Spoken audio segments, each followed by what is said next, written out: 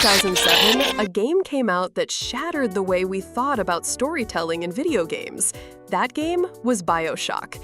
It wasn't just a shooter, it wasn't just an action title, it was a philosophy class disguised as a video game.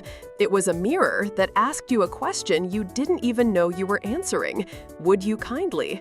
Those three words still echo in the minds of players almost 2 decades later. And at the center of that game was one man, Ken Levine.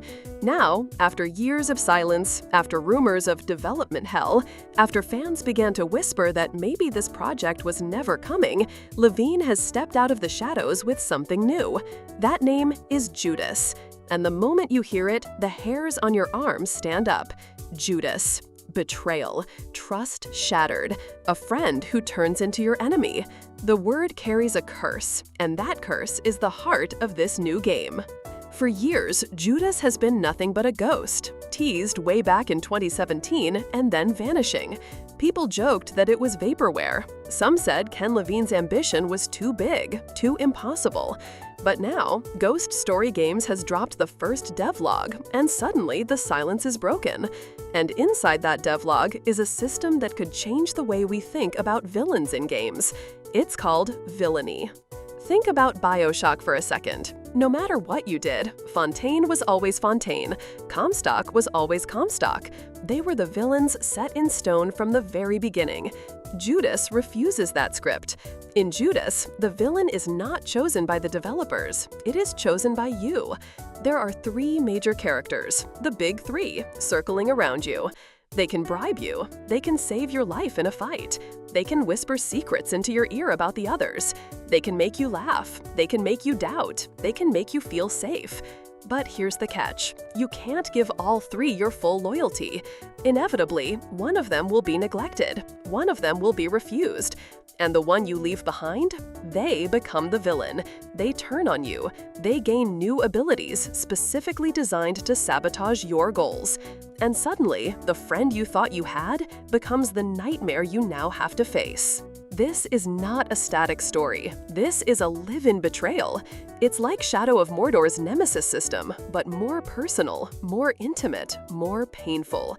Back in Mordor, the orcs remembered your fights. Here, in Judas, the big 3 remember your heart. They watch you. They measure you. They weigh every choice you make, not just in combat, but in crafting, in hacking, in who you talk to, and who you ignore. In BioShock Infinite, Elizabeth was a character you came to know so well. Her dreams, her fears, her powers, but she never really knew you. In Judas, it's the opposite. The big 3 know you. They're paying attention. And when you finally lose one of them, Ghost Story Games wants that loss to feel like losing a real friend. Not just a quest marker, not just an NPC, a friend. Imagine that! A game where the enemy isn't the monster you were told to fight, but the friend you failed to love enough. Imagine the guilt. Imagine the heartbreak. Imagine the self-reflection that comes when you realize that your own choices forged your greatest enemy. That is Judas. The devlog also teased some incredible scale, 100 speaking parts, a massive cast, and the new key art, inspired by the great Drew Struzan, feels like a 70s blockbuster poster. Faces layered, mysteries hidden, secrets waiting for you to notice them. Every detail in that art means something. Every shadow, every symbol is a clue. But they're not ready to tell us what those secrets are. Not yet. And yet, in classic Ken Levine fashion, the team refuses to give us what we crave most, a release date. We're still in limbo. They say they don't want to announce a date only to push it later. They say they want to finish the game. And so, we wait. We wait the way fans once waited for Half-Life 3. We wait the way pilgrims wait for Revelation. That wait itself has become part of Judas myth. But think about what this means for you, the player. You step into Judas. You meet the big 3. Maybe one of them saves your life. Maybe one of them tells you a story that touches your heart. Maybe one of them makes you laugh. And maybe, just maybe, in the chaos of choices, you forget to give one of them the time they needed. And then, one day, the friend you thought was at your side turns their back. They come for you. They try to destroy you. And in that moment, you have to ask yourself, who betrayed who? Did they betray you, or did you betray them?